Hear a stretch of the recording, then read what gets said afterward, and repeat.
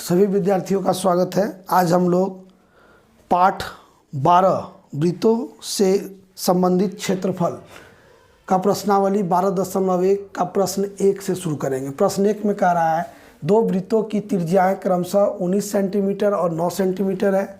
उस वृत्त की त्रिज्या ज्ञात कीजिए जिसकी परिधि इन दोनों वृत्तों की परिधियों के योग के बराबर है। कह रहा है क्या कि दो वृत्त दिया हुआ है, एक वृत्त ये है, एक वृत्त ये है। मान लीजिए इसकी त्रिज्या 19, इसकी त्रिज्या 9।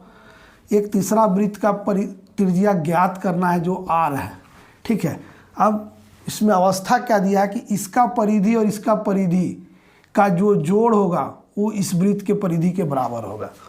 कैसे बनाएंगे? तो हम पहले लिखते हैं जो दिया है आपका r1 बराबर 19 सेंटीमीटर और r2 बराबर दिया है 9 सेंटीमीटर।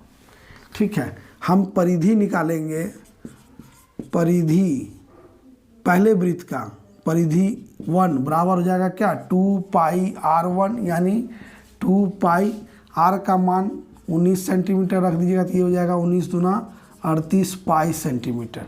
पाई का मान नहीं रख रहे क्योंकि बाद में काम आएगा, इसलिए भी रहने दीजिए। फिर परिधि दूसरे का निकालते हैं तो 2 पाई r2 यानी 2 पाई और 9 सेंटीमीटर तो ये 18 पाई सेंटीमीटर आएगा। प्रश्नानुसार कह रहा है, प्रश्नानुसार क्या कह रहा है कि परिधि जो है बड़े वृत्त का, नए वृत्त का, वो परिधि पहला वृत्त का जोड़ परिधि दूसरे वृत्त के योग के बराबर है। तो इसका मान लीजिए 2 पाई r बराबर ये 38 पाई सेंटीमीटर प्लस 18 पाई सेंटीमीटर। तो ये 2 पाई r बराबर हो जाएगा 56 पाई सेंटीमीटर। तो r बराबर, r निकालना है, त्रिज्या निकालने की बात कही जा रही है यहाँ। उस वृत्त की त्रिज्या ज्ञात कीजिए, देखिए है ना। तो त्रिज्या निकालना है तो क्या हो जाएगा, r बराबर हो जाएगा 56 पाई सेंटीमीटर भागा 2 पाई। ये पाई पाई कट गया, दुक्का से ये चली जाएगा 28 बार में, तो r का मान आएगा 28 सेंटीमीटर। तो ये इस तरह से हम लोग बनाएंगे। प्रश्न बहुत आसान था, बिना परिधि निकाले भी डायरेक्ट प्रश्नानुसार परिधि बराबर परिधि 1 जोड़ परिधि यहाँ से भी बना सकते थे, ये अलग नहीं करके ऐसे सीधा। तो ये प्रश्न संख्या 1 हुआ। प्रश्न 2 में कह रहा है दो वृत्तों की त्रिज्याएं क्रमशः 8 सेंटीमीटर और 6 सेंटीमीटर है। उस वृत्त की त्रिज्या ज्ञात कीजिए जिसका क्षेत्रफल इन दोनों वृत्तों के क्षेत्रफलों के योग के बराबर है। यानी कि अब त्रिज्या दिया हुआ है और क्षेत्रफल के बराबर बोल रहा है कि उसका, तो त्रिज्या निकालना है। तो हम लोग को जो दिया उसको पहले लिखिए। दिया है r1 दिया हुआ है 8 सेंटीमीटर, r2 दिया हुआ है 6 सेंटीमीटर। प्रश्नानुसार क्या कह रहा है, प्रश्नानुसार कह रहा है कि क्षेत्रफल जो है वो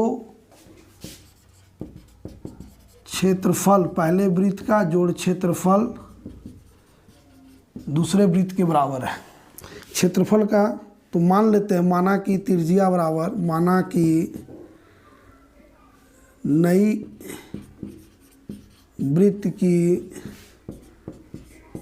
त्रिज्या बराबर r ले लीजिए। तो यहाँ क्षेत्रफल हो जाएगा क्या पाई r स्क्वायर बराबर, अब देखिए इसका क्षेत्रफल होगा पाई r1 का whole square plus pi r2 का होल स्क्वायर। r1 r2 हम लोग लिए हैं पहला वृत्त और दूसरा वृत्त, तो ये हो जाएगा पाई r स्क्वायर बराबर पाई 8 सेंटीमीटर का स्क्वायर प्लस पाई 6 सेंटीमीटर का स्क्वायर। r1 r2 की जगह हम लोग त्रिज्या 1 और त्रिज्या 2 रख देंगे, तो फिर हो जाएगा पाई r स्क्वायर बराबर पाई, ये हो जाएगा 64 सेंटीमीटर स्क्वायर प्लस पाई गुने 36 सेंटीमीटर स्क्वायर, यानी कि पाई r स्क्वायर। अब इसमें भी पाई, इसमें भी पाई कॉमन ले लिए, तो 64 centimetre square plus 36 centimetre square, तो पाई पाई कट जाएगा, तो r स्क्वायर बराबर हो जाएगा 100 सेंटीमीटर स्क्वायर। r का मान वर्गमूल 100 सेंटीमीटर का स्क्वायर यानी कि ये आएगा 10 सेंटीमीटर। तो नए वृत्त की त्रिज्या क्या होगी? 10 सेंटीमीटर होगी। ठीक है।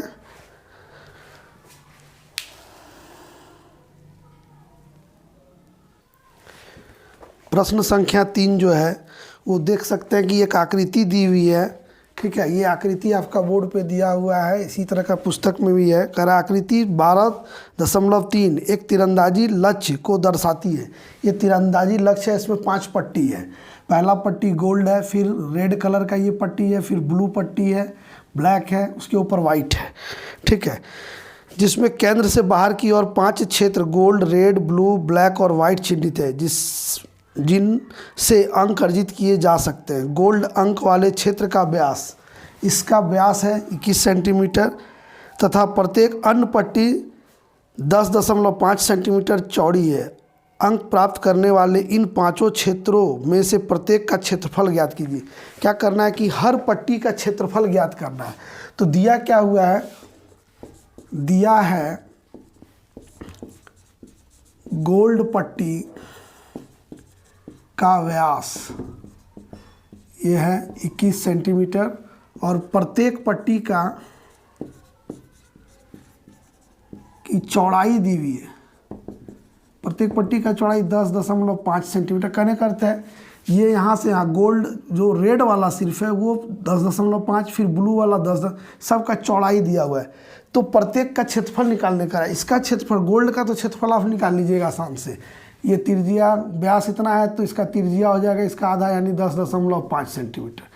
इसलिए पहला में गोल्ड पट्टी का क्षेत्रफल बराबर हो जाएगा पाई आर स्क्वायर। यहाँ पाई का मान 22/7 लेना है। आर के जगह 10.5 सेंटीमीटर का वर्ग ले लीजिएगा।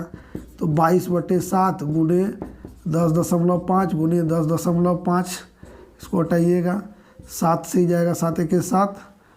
ठीक है, 15 7 75 से 15 बार में। ठीक है, अब देखिए इसको आ जाएगा 15 दूना 30 के 0 हाथ में 1, 15 30 के 0 हाथ में 3, 15 दूना 30 3 33 बटे 10 गुना 10.5 ये कट जाएगा। तो 10.5 गुना 33 बराबर सेंटीमीटर स्क्वायर इसका क्षेत्रफल हो जाएगा। ये क्षेत्रफल इसको गुना कीजिएगा तो ये आएगा 346.5 सेंटीमीटर स्क्वायर। ये सोने गोल्ड पट्टी का क्षेत्रफल। अब दूसरा में निकालेंगे लाल या रेड पट्टी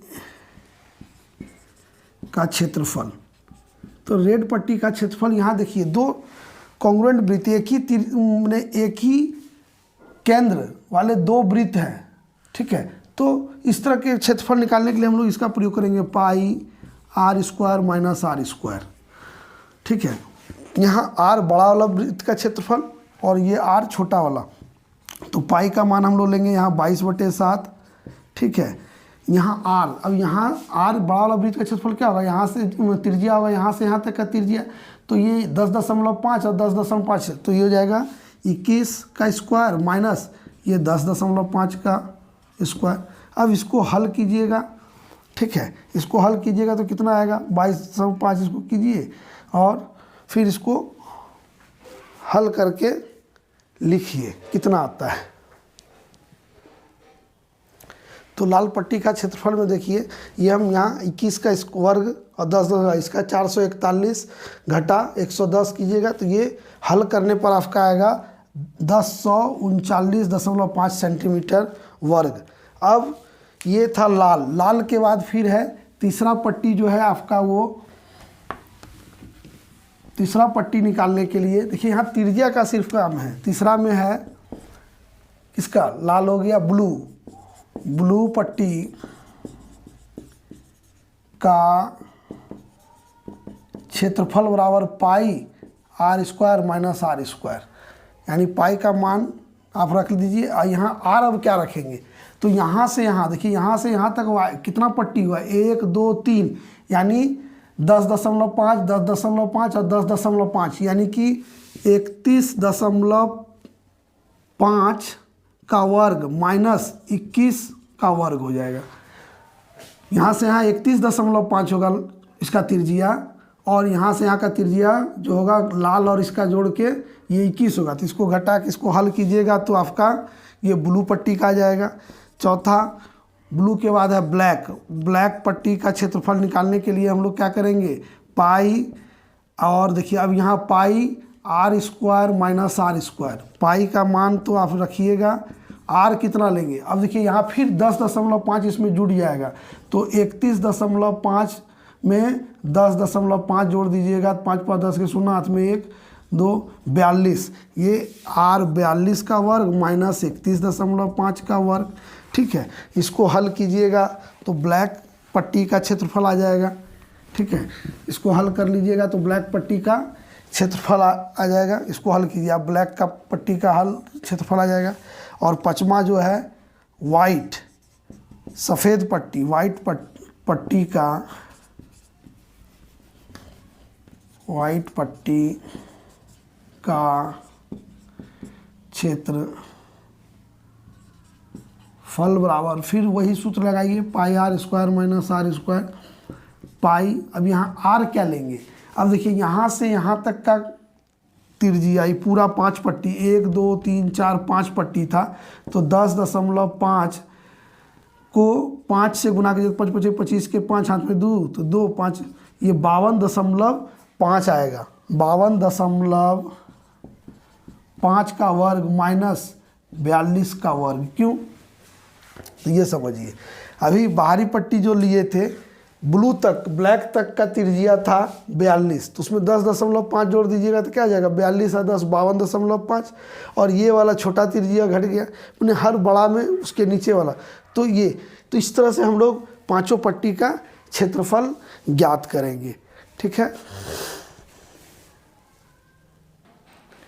प्रश्न संख्या 4 कह रहा है, किसी कार के प्रत्येक पहिए का व्यास जो है 80 सेंटीमीटर है, तो दिया व्यास 80 सेंटीमीटर है, यदि यह कार 66 किलोमीटर प्रति घंटा की चाल से चल रही है तो 10 मिनट में प्रत्येक पहिए कितने चक्कर लगाती है।